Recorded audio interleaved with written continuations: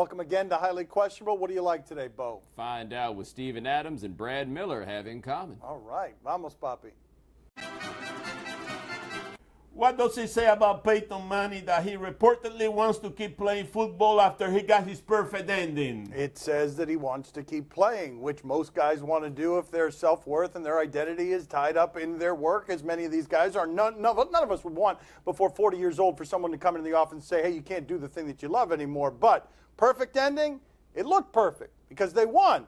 But it wasn't perfect because he wasn't the reason for winning. And he's got an HGH scandal, and he's got a Tennessee scandal. Those things are kind of imperfect. He might want to do it on somebody else's terms. Not really. He wants to do it on his own. Yeah, but those all sound like great reasons to go away. Like, if you want to keep playing, that's fine. I'm sure you got a big old backyard. You could probably hang up a tire swing if your homeowners association will let you do it, and you can play football out there. Because I get all the human arguments about wanting to keep doing it and enjoying football and everything else. But don't think about this Super Bowl season. Think about the year before when he was out there with the torn quad and they lost that game to Indianapolis. How done he looked, how finished with football he seemed to be. You don't want to come back and have that feeling again, but it's week 5. Do you really think he can throw a ball through a tire? I mean, I think he can throw it through the tire. I don't know from how far away. It's not going to like whoosh through it. Like whatever gets through, like those Dr. Pepper, contests at halftime. He's going to do it like that. He's going to spend next season throwing like that. Should we applaud Boogie for the restraint he showed towards Steven Adams? All right, DeMarcus Cousins has been in the league for 6 years now. I think everybody's been expecting the big DeMarcus Cousins brawl. That's never actually happened, but we all think it's coming, and it really looked like it was about to come here. This is after he'd already gotten himself into a tangle with Kevin Durant. There's Stephen Goldtooth Adams being Stephen Goldtooth Adams, doing stuff like that. And there's Boogie being a little boogie-ish. Yeah, there's the restraint at the very end. There almost was not restraint.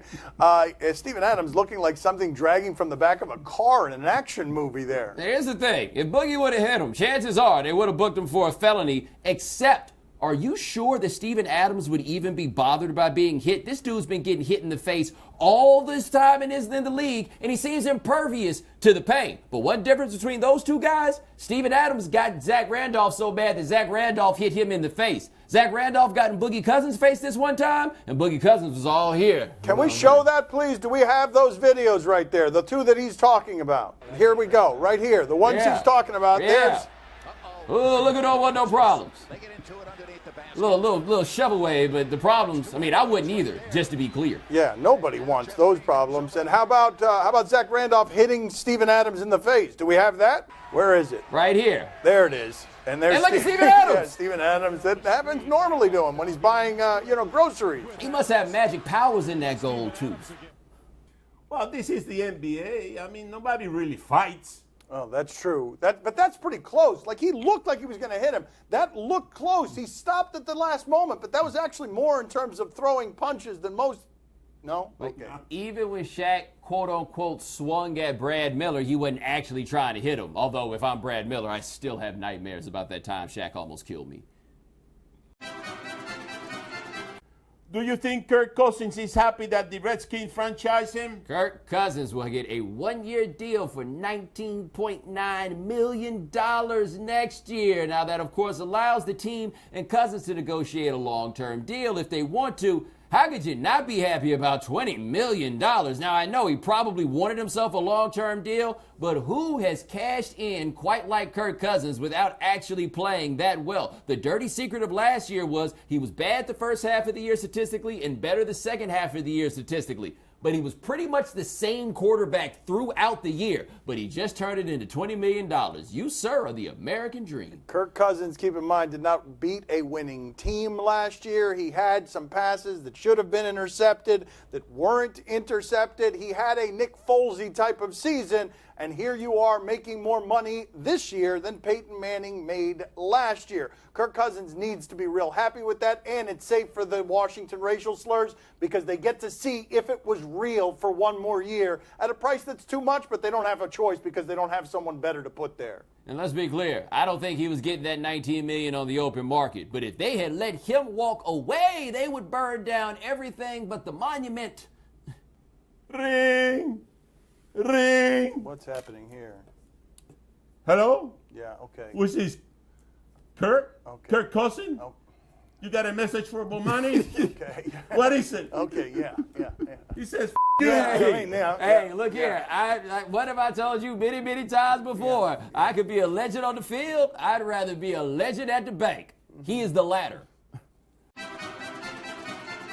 Do you believe Kyrie Irving when he says he's not unhappy on the calf? Okay, Kyrie Irving is coming back from a major knee injury last year. Kyrie Irving has not played especially well. Kyrie Irving is getting lit up on fire when he's trying to guard people. We just had a column from the paper in Cleveland that said that LeBron's getting a little tired of Kyrie Irving not helping with the distributing. Stephen A. Smith says he's hearing Kyrie Irving is unhappy. But Kyrie Irving says no, there's no problem at all. I mean, why would you have a problem? You weren't happy there before LeBron showed up. LeBron got there, then all these things have happened. Now this team is under so much pressure to win, even though none of us think they could actually win. Why would Kyrie Irving be happy in Cleveland? I do think that something that's happening here that's interesting is that LeBron James has gone places the last few years where he thought things were going to be easier. He has underestimated how hard this was, even after experiencing in Miami how hard it actually was. Now he goes to Cleveland and it's hard for everyone. And in retrospect, we can all see that LeBron James decided to build this whole thing around guys who have never won before. I don't understand why it is that he would be happy here. He's not the star of the team. He's getting lit up. He's coming off injury, and he lives in Cleveland. There's this, though. Did LeBron underestimate how hard it would be, or did he misjudge what kind of player Kyrie Irving is? Because all Kyrie does is get buckets. If he thought Kyrie was going to help with the distributing, he needs to re-up that league pass. You know what is happening here. LeBron is going to the reporter and say, it's all Kyrie's fault, don't blame me. He can play defense, he's a ball hawk, it's not about me not hitting those 3-pointers. What kind of whispering is that? That's pretty loud whispering. Why would you cover your mouth? He's very loud. He's also not wrong. I mean, I don't think we can say that he's wrong. Okay. He's been saying that to Stephen A. Smith, has he? How confident are you that we will see Tom Brady in a Patriots jersey when he's 42? He just signed a 2-year extension, rather quietly, by the way, because the Patriots tend to get rid of guys before they're done rather than after, and I thought there might be some turbulence there, but it doesn't appear like there's going to be any turbulence there. As long as you've got Gronk, though, he's kind of a fountain of youth on this stuff, and why wouldn't you stay in a system with the coach you've always been with, in a division where you always win the division except the year that you're hurt? He had some drop off the last couple of years, but he was in the Super Bowl winning it one of those years, and last year he was very close to beating the team that ended up winning the Super Bowl. Why wouldn't you stay? Because it hurts. That's why you wouldn't stay. You're filthy, stinking rich. Your wife, filthier, stinkier rich than you are, and you don't have to get hit when you're at the house. 42 is a lot to bet on because too many things can happen on the way there. We didn't see Brett Favre play until 42. So yeah, I'll be surprised if that happens. I guess it's possible that he might be able to, but are you saying that at no time between now and 42 for Tom Brady that Jimmy Garoppolo will be the better option? Because if at any of those points Jimmy Garoppolo is the better option, Tom Brady's out of there, Chief. I'm surprised. He took such a pounding against the Broncos. He was playing on his back all game long, you know. Yeah. I'm telling you, unless there's something that we don't see now. Wait a minute. That's right. He's right about this. He's right about this, though. If any more games are like that one against the Broncos, he's not going to be playing till he's 42. He's okay, though. He's got himself a guru, remember? Oh, the guru. The dude that we found out had to stop telling people he was a doctor. Yeah, that guy. Coming up next on my son's TV show, we talk to David Johnson. Okay. So I can also get a picture of me on a shirt, or do I have to wear a picture of you? You have to wear a picture of me. You got to go to my website and get a picture of me on my shirt. All right. Joining us at the beach today is David Johnson. Arizona Cardinals rookie running back. He has a website, davidjohnson31.com. You can follow him on Twitter, DAJohnson7. Let's get to know him a little bit. David, you had a lot of bad jobs before you had this great job. What was the worst of the bad jobs that you had? Definitely asbestos removal. Going into those different apartments and going into different schools and having to remove the glue on the tiles in the summer when it's about 100 degrees in these suits with a gas mask and everything. That was probably the worst. What about second worst? Because you've had a lot, right? You've had a lot of bad jobs. Yeah, I've had detasseling, and then I did maintenance I'd probably say detasseling. It was probably the second worst. Going into the cornfields, having to pick corn in the heat, and then it's the water from the corn getting into my pants, getting into my clothes and stuff, and just making it soggy. How old were you when you were detasseling corn, and how many hours a week were you doing it? I was 7th grade, and I did it like I want to say I did it every day in the summer for about 8 hours a day. What can you tell us about your early years? What can you tell us about your upbringing and some of the things that shaped you?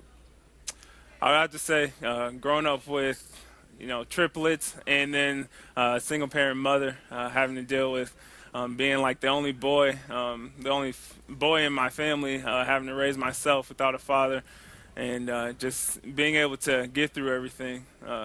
Going, like I said, having to get through all the adversity I had to go through to go into a small school, being able to compete with everyone on my team, having to try to make it to the pros, not having highly recruited wise, only having 2 D1 AA offers out of high school and getting through all that. You bounced around a lot in your childhood, right? You lived a lot of different places? Yeah. You said before college? Yes.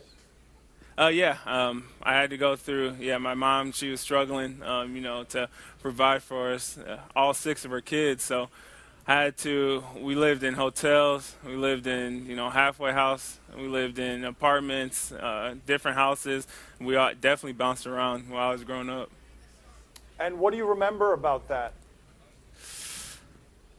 I just remember mostly just being together, having to get through daily struggles just to, find food to feed us with my mom. And it was definitely a struggling time, a tough time in my life. I just remember seeing her, stress out every day, trying to provide for us every day. And you mean that literally, a daily struggle to find food? Yeah, literally. I remember one time, me and my sisters, we were go look for cans around this community just to, get take some cans back to get money for it to get some food for us. Your sisters beat you up much? How did that work with the triplets? Yeah, they kind of try to, gang up on me a few times, but I'm a lot bigger than they are. I was able to, defend myself against them and, mess with them a lot more. Yeah, growing up with triplets does sound interesting. That's like a crew within the crew. Like, I'm surprised that they didn't gang up on you more. I know.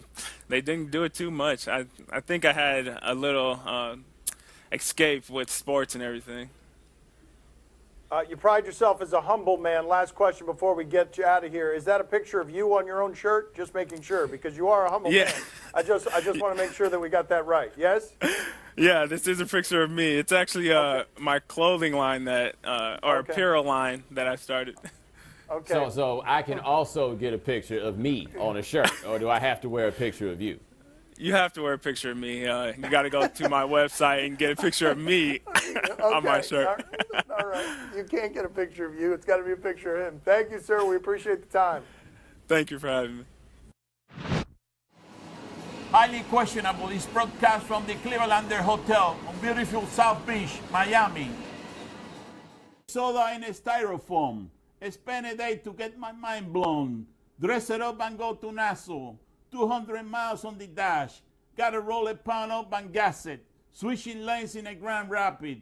We're the ones that keep it cool with all these people till these people start acting. My Son's TV show is brought to you by Geico. 15 minutes could save you 15% or more on car insurance. Do you question who coaches the Cavs?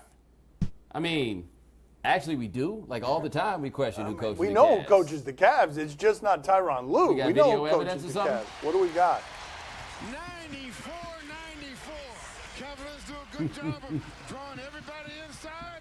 And Jelly is standing at the top of the key, deep in the queue.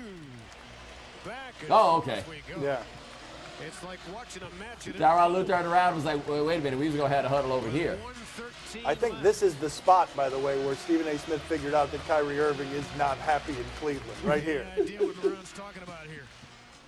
So what's Tyronn Lue saying at the end there when he points the marker up there? We don't need you at your marker, dog. Nobody's talking to you. There's no time left to draw up a play. We just had a meeting. You know, Tyronn Lue is smart. He saw what happened to David Blatt. You know, have anyone seen David Blatt since he got fired? I mean, see, I don't blame Tyronn. Actually, has anybody heard a word from David Blatt since he got fired? Like, I follow Israeli newspapers on Twitter. I ain't seen him in those neither. Isn't he in Easter Island? Isn't he one of those? He looks like one of those statues. You know? I went to college with a dude who looked just like an Easter Island statue. Do you question if everyone should blame the kid who threw the ball in the air? Oh, we are going out to Rhode Island high school basketball, people. We are scouring the earth for things to bring you via video. What do we got?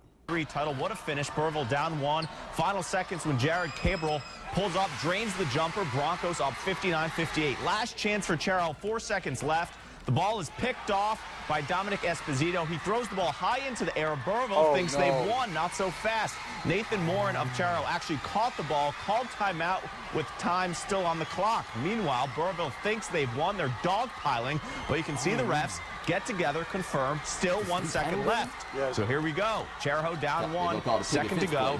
Jacob Beauregard makes the pass of his lifetime to Tom Longolouco what at the is rim. that Can you defense? believe it? Charo I mean, stuns coach. Burville 60-59. How do you allow Unbelievable. that shot at the basket at the end of the game?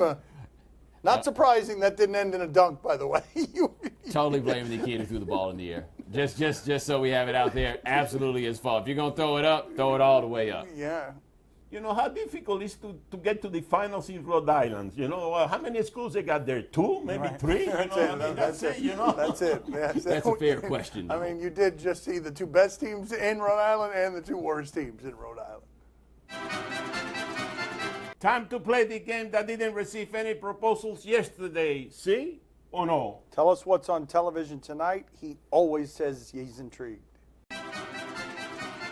On YouTube, the Windy City Open semifinals. Really? Professional squash is what we're doing now? All right, let's see if we can make this interesting.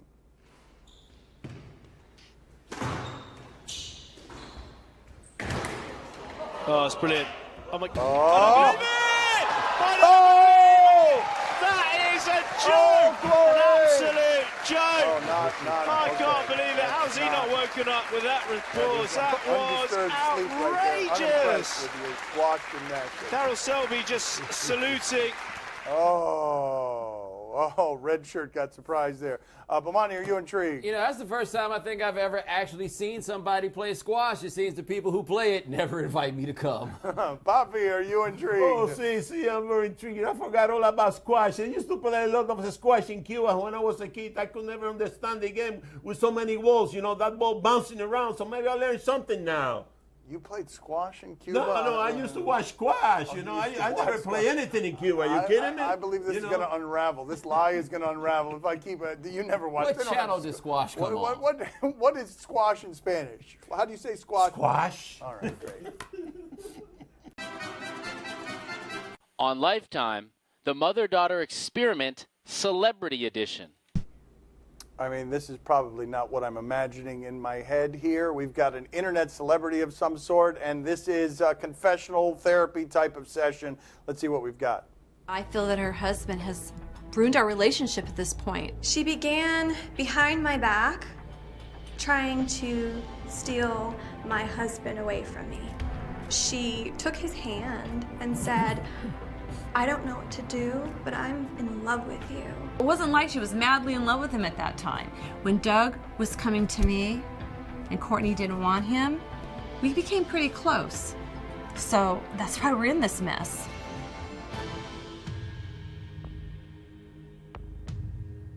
I feel that she has been brainwashed from her husband, and What mother would do that to her daughter? I to didn't fall do, in love I with did her not own fall in love with your husband. husband. Yes, you did. No, I didn't. And Awkward. Bomani, are you intrigued? I thought it would just be one mother and one daughter. I didn't realize they would be in front of company, that they would be showing this video. And the company is what makes me want to watch. Look at some of those faces. Where is Lil Mama in the gray shirt that looked at that, was looking at the other ones like, how you going to answer for that? Yeah, judgmental. Very judgy. Poppy, are you intrigued? Oh, see, I'm very intrigued, police. And they show the mother and the daughter here. You know, where is the guy? The guy was the one that made all this mess happen, and he got off the hook, you know? Yeah, that's not right. He's somewhere filming a different show called The Mother-Daughter Experience. I'd watch that one too. That's all the time we have for today. Thank you for watching. Same time tomorrow. Thanks for watching. Gracias. See you mañana. Is that the police car? Oh, hey, me. Wait a second.